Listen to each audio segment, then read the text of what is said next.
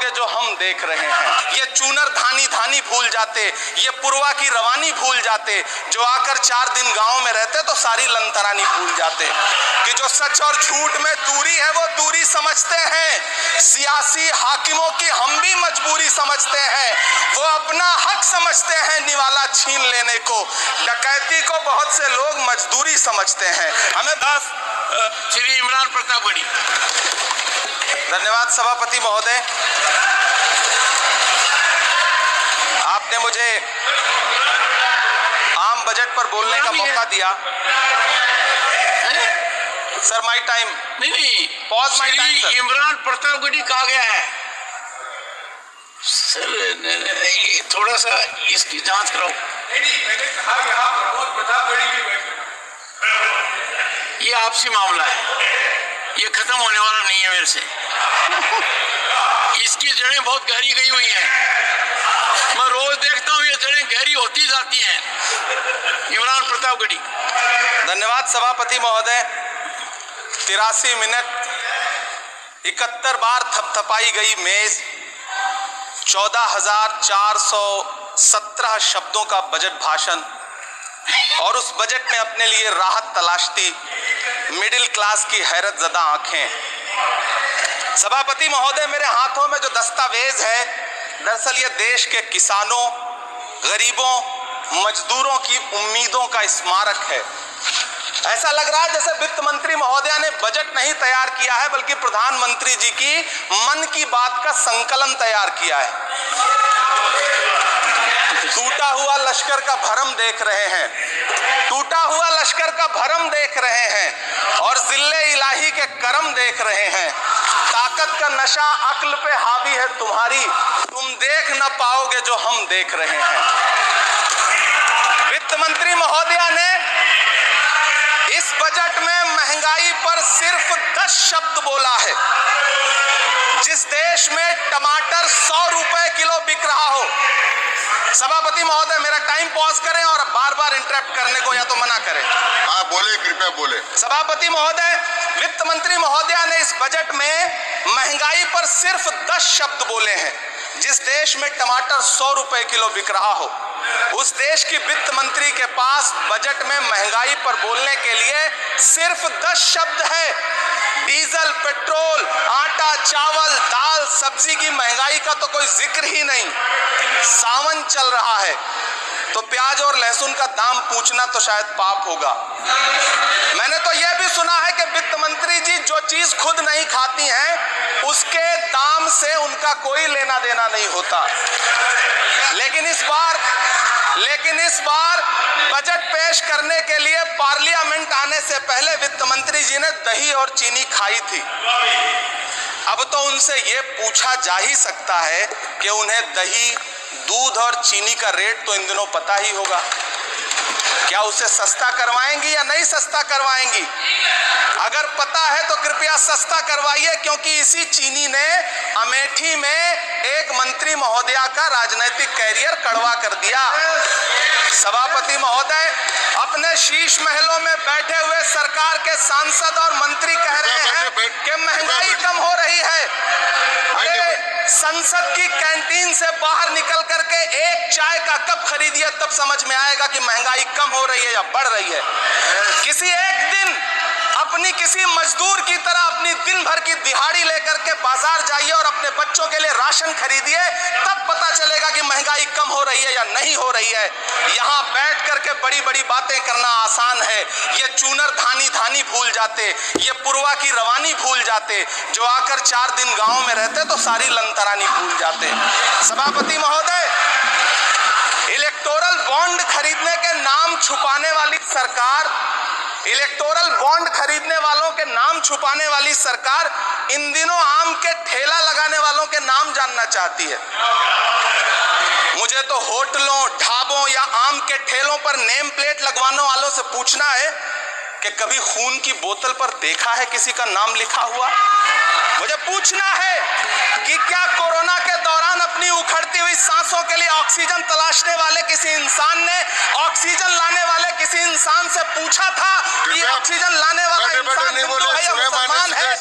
मुझे पूछना है कि लावारिश लाशों के लिए कोरोना में कांधा देने वाले, चिताओं के लिए लकड़ियां सजाने वाले किसी इंसान से पूछा गया था उसका नाम, उसका मजहब? लेकिन इन दिनों पूछा जा रहा है सभापति महोदय। अफसोस, देश के प्रधानमंत्री जी ने कभी न टूटने वाली चुप्पी ओढ़ ली है। सभापति महोदय, जनता ने 63 सीटें कम क्या कर दी? ये सरकार तो अमृतकाल का नाम लेना ही भूल गई। ये भूल गई है अमृतकाल को, ये भूल गई है मनरेगा को, ये भूल गई है मौलाना आजाद नेशनल फेलोशिप को, ये भूल गई है मणिपुर को, ये भूल गई है महाराष्ट्र को।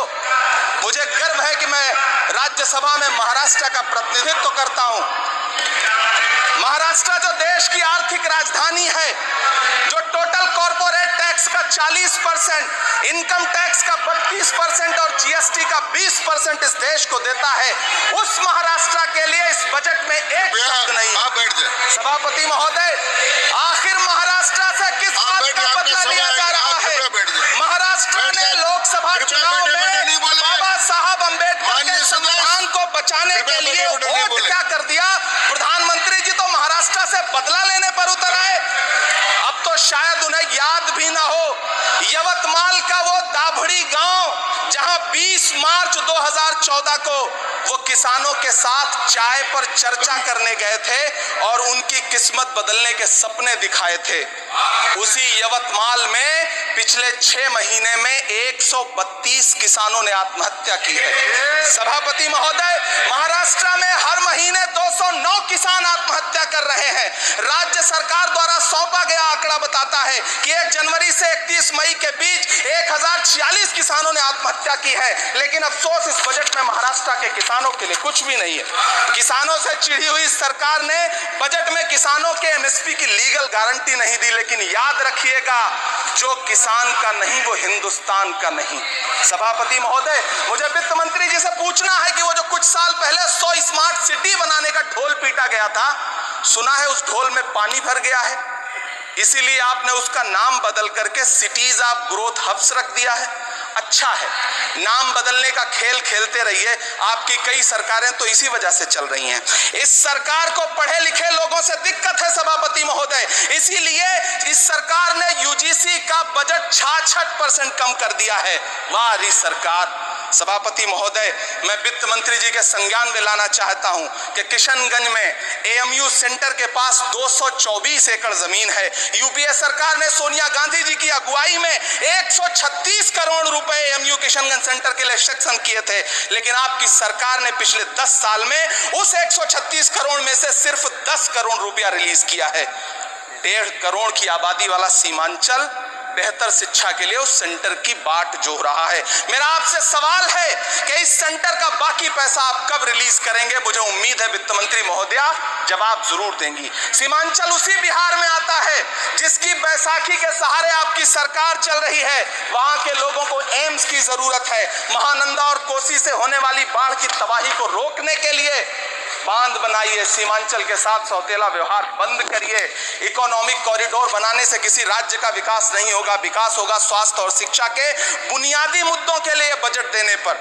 सभापति महोदय, एक तरफ तो इस बजट में पीएम आवास योजना के तहत 3 करोड़ अतिरिक्त मकान देने की घोषणा है और दूसरी तरफ लखनऊ के अकबर नगर में 1280 वो मकान हैं जिन्हें रिवर फ्रंट बनाने के नाम पे बुलडोजर से जमींदोज कर दिया गया।